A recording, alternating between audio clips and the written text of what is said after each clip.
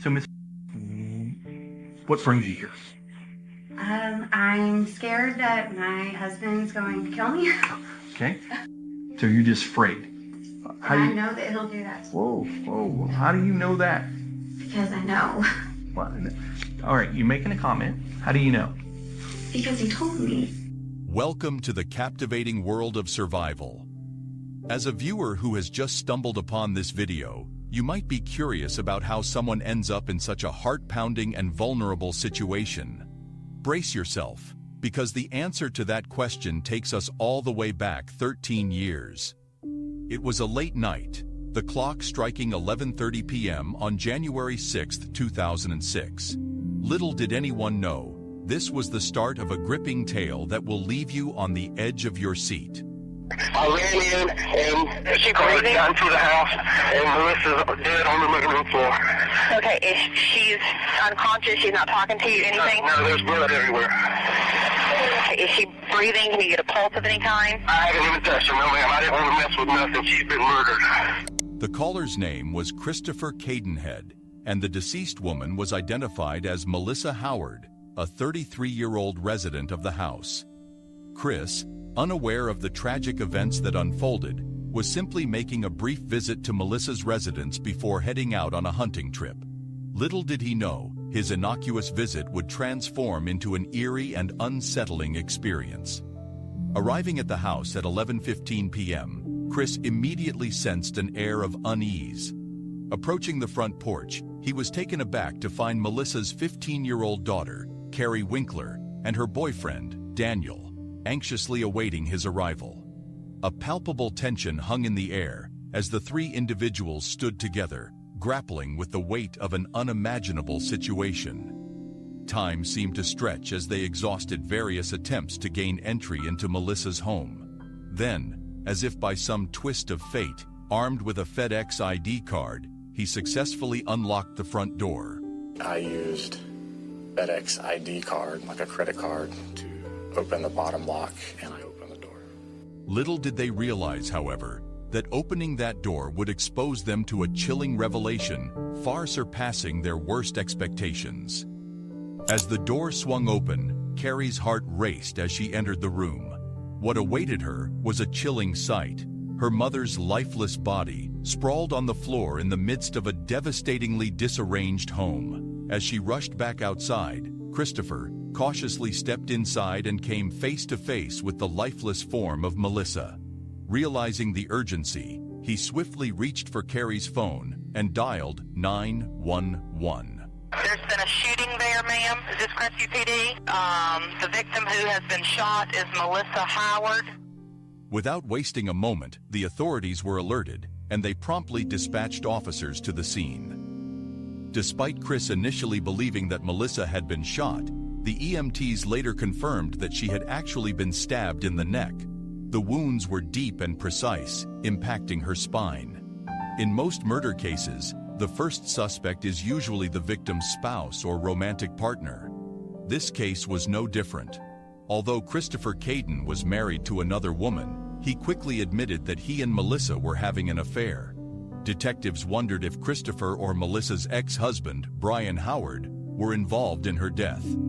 Since Chris was having an affair, detectives presumed that his motive could have been to hide the affair from his wife. However, during the 911 call, Christopher can be overheard in the background, having a conversation with his wife on his own cell phone. Oh my God. Sherry, come to Crestview. Although Christopher Cadenhead was married to another woman, he quickly admitted that he and Melissa were having an affair. So detectives wondered if Christopher or Melissa's ex-husband, Brian Howard, were involved in her death.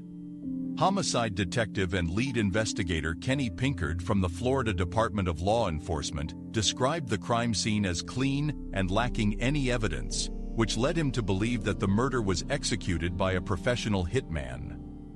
Around 3 years prior to Melissa's tragic death, she had undergone a divorce with her ex-husband, Brian.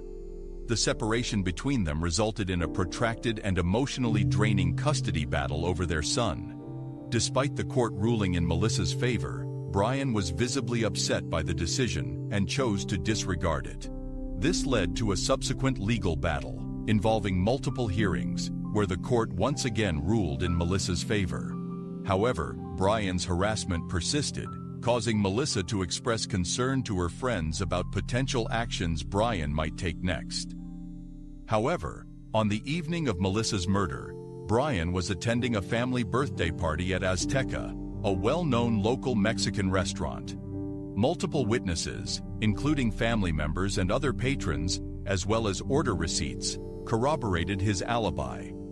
In fact, Brian had arranged for Melissa to drop off their son at the restaurant, further strengthening his alibi. Despite Brian's seemingly solid alibi, the forensic team faced significant challenges in their investigation. They were unable to locate any fingerprints at the crime scene, and the sweater that Melissa was wearing, which was soaked in her own blood, yielded no extractable DNA. The absence of identifiable DNA profiles was attributed to the saturation of blood on the sweater. Additionally, the investigators discovered possible tampering with a recently installed security camera and the missing diary. Although there was no direct physical evidence linking Brian Howard to the crime scene, there was an abundance of circumstantial evidence that potentially implicated him. However, at that time, the police decided to shift their focus onto other potential suspects. One of these individuals was Russell Holbrook, whom Melissa's daughter claimed had visited their house a couple of days earlier. To delve deeper into the investigation, the police invited Russell for a brief interview at the station. During the interview, they inquired about the last time he had seen Melissa. When's the last time you actually saw Melissa? Days, months, a year, couple of years, yeah. The investigators informed him that Carrie had previously told them about his visit to the house a couple of days prior to her mother's murder. In response, he promptly altered his statement. Yeah, I stopped by there. Aside from Russell's suspicious lie, law enforcement continued to hit dead end after dead end. Without any concrete evidence pointing to a specific killer, the case of Melissa Howard went cold for 13 years. Let's fast forward to May of 2015, when a new agent, Megan Palumbo, took over the case from Detective Dennis Haley, and the investigation was reopened. Initially, investigators suspected that Melissa was assaulted from the front near the door. However, Palumbo's theory suggested that the attack occurred from behind. This theory prompted a re-examination of the DNA on the back of the sweatshirt. In doing so, investigators were able to use a new DNA testing process that could determine a DNA profile using a smaller sample size. This process identified a new DNA profile on a cleaner portion of the sweater. The profile was immediately sent in for identification. 2 weeks later, the lab results revealed that the new DNA profile did not belong to Melissa or her ex-husband. Instead, it seemed to match the DNA of Brian's best friend, Michael Holbrook. Although not an exact match, the DNA was found to be familial, suggesting that it could belong to a close male relative of Michael. If you've been paying attention, you may recognize Michael's last name, Russell Holbrook. Michael's brother and a friend of Brian, he was one of the 3 initial suspects looked into back in 2006. Not only did Russell lie to the police during his interview, but he was also the only suspect who had previously refused to undergo a DNA test. By this time, Russell had moved to Huntsville, Alabama. When Florida detectives arrived at his doorstep with a warrant to obtain his DNA, Detective Ralph Garrett noticed a dramatic change in Russell's demeanor, stating that it looked like his heart leaped from his chest into his throat. The results of the DNA test confirmed that the DNA found on the sweater was an exact match to Russell's DNA, marking a significant breakthrough in the investigation. However, this led to another question. Was Michael with Russell when the murder took place? Surveillance footage obtained from a local Walmart captured the Brooks brothers together shortly after the time of the murder. In the footage, Michael can be observed examining his hands, possibly indicating the presence of blood. When confronted with this footage, Michael told the police that the two had gone to the store to purchase medicine for Russell's girlfriend's child, and he was merely inspecting dry skin on his hands. As the investigators closed in on the brothers, a warrant was obtained to tap both of their phones using a technique referred to as wiretapping.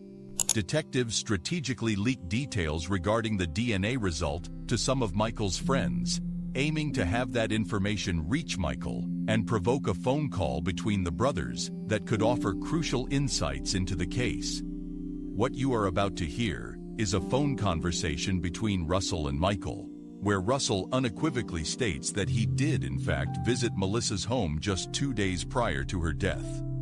Can you talk? Yeah, I got a few minutes. I went to her house and talked to her. Went to, Missy's house? Yeah. So you've been to her house before? Yes.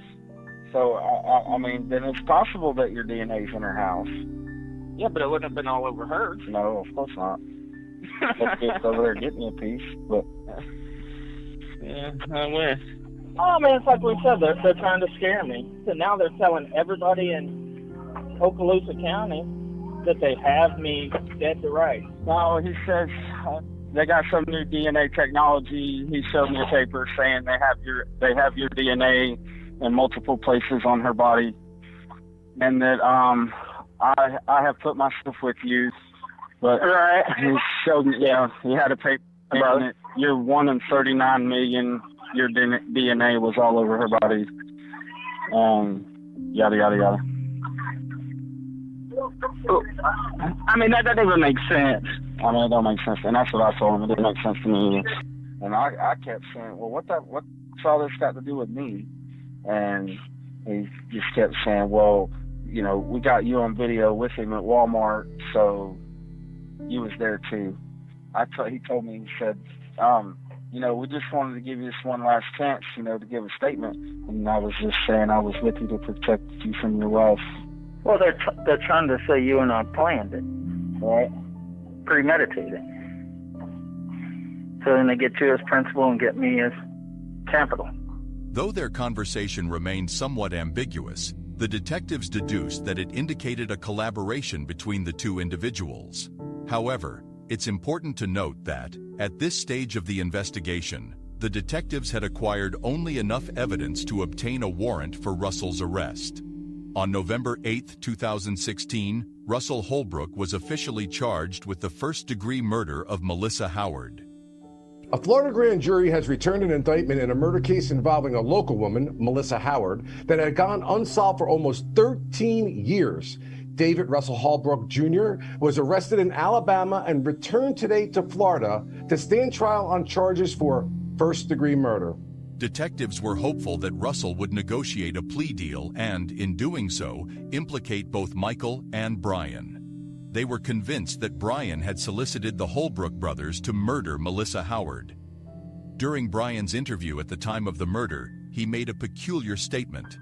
There was a rumor that I was supposed to kill Russell's wife, and in return, Russell was supposed to kill my wife. This odd remark led officers to suspect that this might have indeed been the plan. Russell rejected any plea deal, refused to incriminate others, and was prepared to proceed to trial. On February 19, 2019, 13 years after the murder of Melissa Howard, Russell Holbrook's trial finally began. Clifton Drake, the state attorney, began his opening statement by presenting the connections between Melissa Howard and the two significant men in her life at the time of her tragic death. The backdrop to this case was a bitter custody dispute between the former couple, which Melissa had won. Drake pointed out that Melissa was set to assume custody on the very day of her untimely death, a fact he stressed to the jurors. You will hear through the course of the trial that there was an ongoing custody battle between Brian Howard and Melissa Howard over primary custody of Taylor. He was about 11 years old at the time. Primary custody was with Brian Howard, and Melissa Howard was seeking to have primary custody with her. Drake discussed the crucial significance of DNA evidence in constructing the case against Russell, while acknowledging that certain DNA samples were affected by contamination. You will hear testimony from Jennifer Hattler that when she compared Russell Holbrook's DNA to the male DNA on Melissa Howard's sweatshirt, it matched. You will hear her testify that the frequency of occurrence of those two being a match is 1 in 39 million people. You will also learn during my case, maybe during the defense, that a DNA contamination occurred in this case. And I will be presenting testimony of exactly what happened, and you will hear Ms. Hattler explain what happened, what it means, how it was dealt with. Drake aimed to minimize the impact of this issue on the validity of the case. The argument that DNA test results may be contaminated is often utilized by defense attorneys as a core tactic to challenge the validity of a DNA match. This piece of information played a crucial role in Holbrook's defense, with defense attorney John Jarvis highlighting it during his opening statement. They admit that there was a contamination done by this very analyst. I think that that testimony is going to be out there. And a contamination occurred during this investigation of this trial. Russell was at her house 2 days prior. His DNA, touch DNA, could have been left there.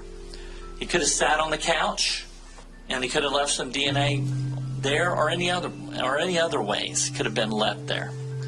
And Melissa Howard could have sat down on the same couch, and I think the evidence is going to show that that's a possibility that could have occurred.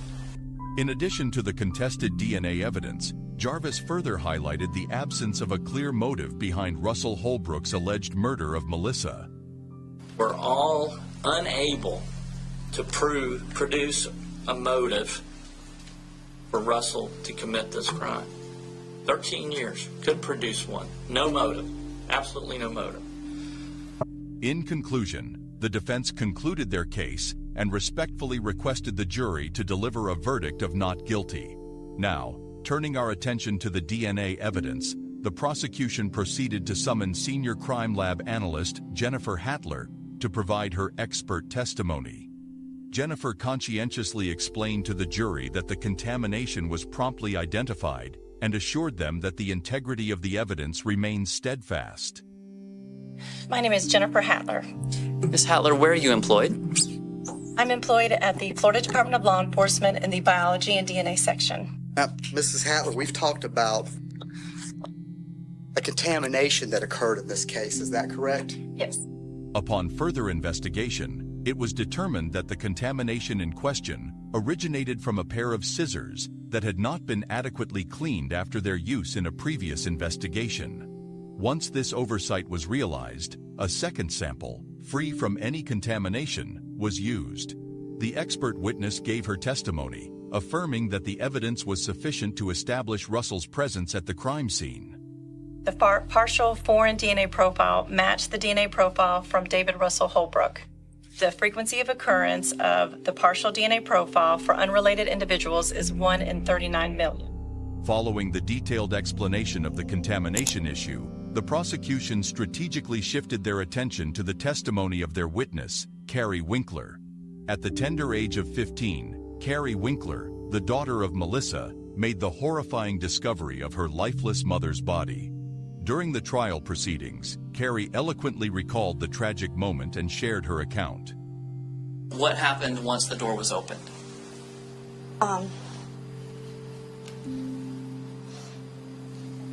It's okay, ma'am. Take your time.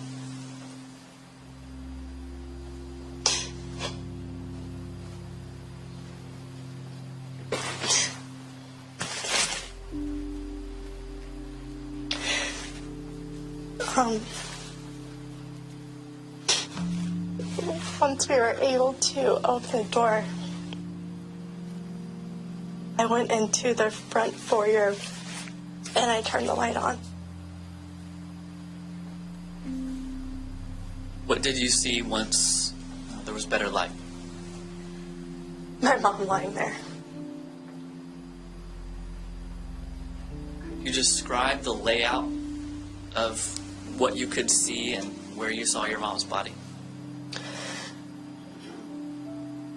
The foyer is in the very front, which opens up to the living room. And we had a huge entertainment center on the back wall, and she was lying on the wall all the way across. What did you do once you realized that your mom was there? I ran back out. After providing a detailed account of the tragic events of that evening, she was inquired about any additional instances of Russell's presence at their residence, beyond the visit that occurred a mere 2 days prior to the unfortunate incident.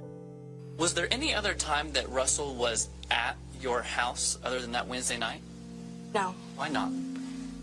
Russell was not allowed out of our house. He was considered one of Brian Howard's friends, and my mother was going through a custody battle with Brian Howard. He had made several threats on her life. She considered Russell to be his friend and dangerous. She said that she had caught him at her house before with a gas can, and I was to never let him nor any of Brian's friends at our home, inside the home, ever. As the cross-examination of Carrie concluded, the prosecution's case against Russell appeared even stronger than before. It was at this critical juncture that the married boyfriend of Melissa was summoned to take the stand. How long had you been seeing Melissa Howard before she died? Right at 3 months. Exactly 3 months, I believe. What time roughly did you arrive at Melissa's house? I believe it was 11:13. Was anyone there when you arrived? Yes, her daughter Carrie and a guy she had gone on a date with, Daniel, was under the front porch light, huddled together. And Carrie said that they can't get her to answer the door, but we could hear her phone ringing inside. And I went around to the left side of the house to see if her bathroom light was on, and it wasn't. By the time I turned around and started to head back to the front, Daniel had jimmied the front door lock loose with a FedEx card. And when my eyes did adjust, I could see Melissa lying on the floor in the living room. What was your reaction when you saw her? At first, I thought she had a seizure or something medically was wrong. Did there come a point where you thought something different had happened? Yes, sir. I walked in, and the closer I got to her, I could tell that there was a pool of blood around her head. She was face down. Did anyone call 911? I did. What phone did you use? I used Carrie's phone because I believe I asked her to call, and she, I don't know if she was shaking and couldn't call, but I remember taking the phone from her and calling 911. Despite the seemingly genuine nature of Russell's testimony, his defense attorney strategically sought to raise doubt by presenting Christopher as a potential alternate suspect. I guess Melissa Howard knew that you were married, is that Yes. right? Yes. And there was some talk that you were going to be leaving your wife, isn't that correct? Yes, sir. I was pretty much heading out the door. Yes, sir. And you had kind of indicated to her, Miss Melissa Howard, that you wanted to be with her. Is that right? Yes. Okay. Now, were you ever aware of any pregnancy tests being taken? I was not. Okay. Were you ever discussed, or had any law enforcement officers ever confront you with that, the possibility that there might have been some pregnancy tests? When I was my first statement at the end of January, it was brought up about that, and I had nothing about it because she had told me her tubes were tied, and her neighbor said that she had to take that to something to do with her meds she was taking. She had to take a pregnancy test after taking meds. I don't know what meds. But you were confronted by FDLE agents with the possibility that she was taking a pregnancy test, or they asked you about that, didn't they? They asked me if I knew that there was one in the garbage can, and I had no idea.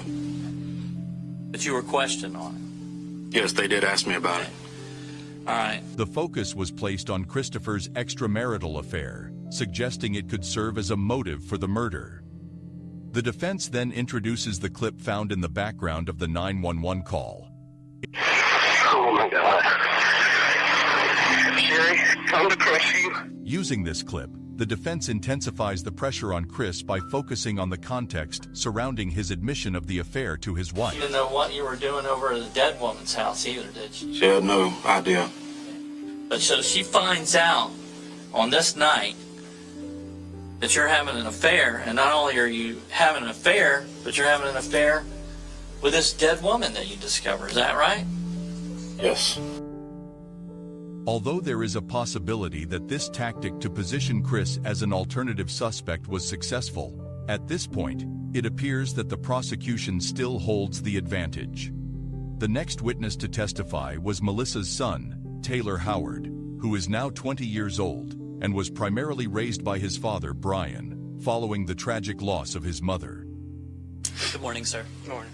Would you please introduce yourself to the jury? Taylor Howard, Melissa Howard's son. Mr. Howard, could you angle that microphone towards you a little bit? It bends a little bit. Thank Yes, you, sir. No problem. How old are you, sir? I'm 24. How old were you in January of 2006? I was 11. What grade were you in? I was in 4th grade. The prosecution asked him to recount the very last details of his encounter with Melissa. I'd like to ask you specifically about Friday, January 6th of 2006. Yes, sir. When did you see her? I went home that day after school. She got off work a couple hours after, and she came home, and I was there for a couple hours. We played some board games, and she wound up taking me to a dinner with my dad and his side of the family, and that was the last time I seen her.